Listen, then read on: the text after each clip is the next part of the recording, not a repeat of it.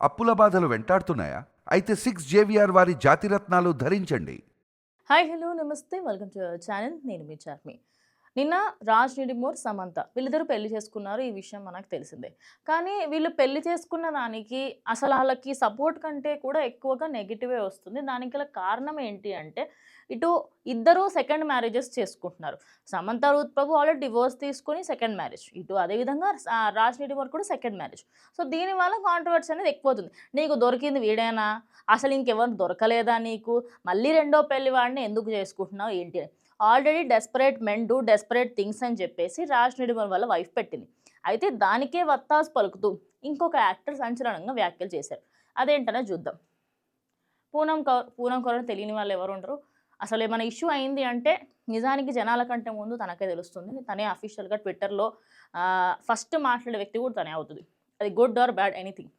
అయితే దానికి సంబంధించి broke a home to create your own, how sad అని చెప్పేసి పెట్టినాం. ఫస్ట్ లైన్ గురించి మాట్లాడుకుందాం.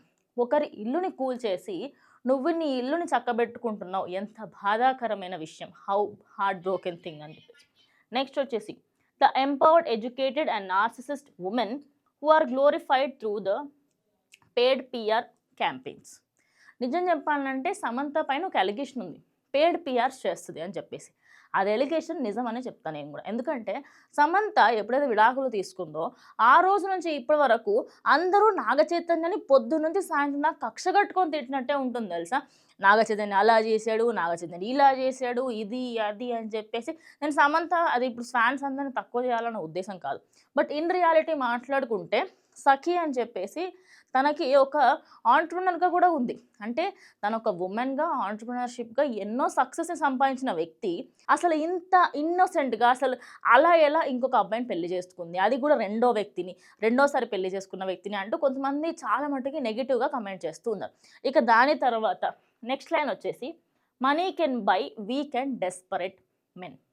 అంటే మనీ ఉంటే అంటే పైసలుంటే ఒక అదేమంటారు వీక్ అనే ఒక వ్యక్తిని, అంటే నార్మల్‌గా వీక్ అండ్ డెస్పరేట్ అంటే మనకి డెస్పరేట్ అంటే ఎవరైతే కోరికలు ఎక్కువ ఉన్న వాళ్ళు, ఆశలు ఎక్కువ ఉన్న desperate people who are like పెళ్లి చేసుకోవాలన్న ఆతృత ఎక్కువ ఉన్న పర్సన్స్ అన్నట్టుగా మెన్షన్ చేస్తుంది.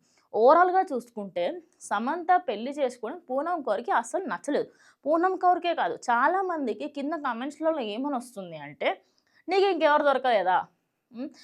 ఇండస్ట్రీలో ఇంతమంది ఉన్నారు, పెళ్లి చేసుకోకుండా ఉంటే ఏమైపోయేది అన్నట్టుగా కూడా మాట్లాడుతున్నారు. ఇక నెక్స్ట్ వచ్చేసి సినిమా ఇండస్ట్రీలో ఉన్న క్రిటిక్స్ కూడా అసలు సమంతకి పెళ్లి చేసుకోవాల్సిన అవసరం అంతేమొచ్చింది, ఆమె అలానే ఉన్నా బాగుండు అంటూ కూడా మాట్లాడుతున్నారు. ఓవరాల్‌గా చూసుకుంటే అసలు తను పెళ్లి చేసుకోవడం వల్లనే ఈ కాంట్రవర్సీస్ అన్నీ వస్తున్నాయని అయితే సోషల్ మీడియా ఓవరాల్‌గా మాట్లాడుకుంటున్నారు. మరి దీని మీద మీరేమనుకుంటారు? సమంత ఈ పెళ్లి చేసుకోవడం కరెక్టేనా? అది కూడా ఆల్రెడీ పెళ్ళైన వ్యక్తిని, అంటే ఇప్పుడు ఒక విధంగా వాళ్ళు డైవోర్స్ తీసుకున్నారు. బట్ 2021 నుంచి వాళ్ళ డైవోర్స్ అనేది నడుస్తుంది. వాళ్ళు అప్పటి నుంచే ఫ్యామిలీ మ్యాన్ వెబ్ సిరీస్ ఇదంతా కంటిన్యూ అవుతుంది. కానీ తిన వల్లనే ఆ హౌస్ అనేది కూలిపోయింది అనేది కొంతమంది వాదిస్తున్న మాట. మరి దానిపైన మీరేమంటారు? ఆల్రెడీ తనకి సంబంధించి ముందు నుంచే అలిగేషన్స్ చాలా ఉన్నాయి. ఇది ఇంకోటి యాడ్ అయింది. మరి దీని గురించి మీ అభిప్రాయం ఏంటనేది కమెంట్ చేయండి.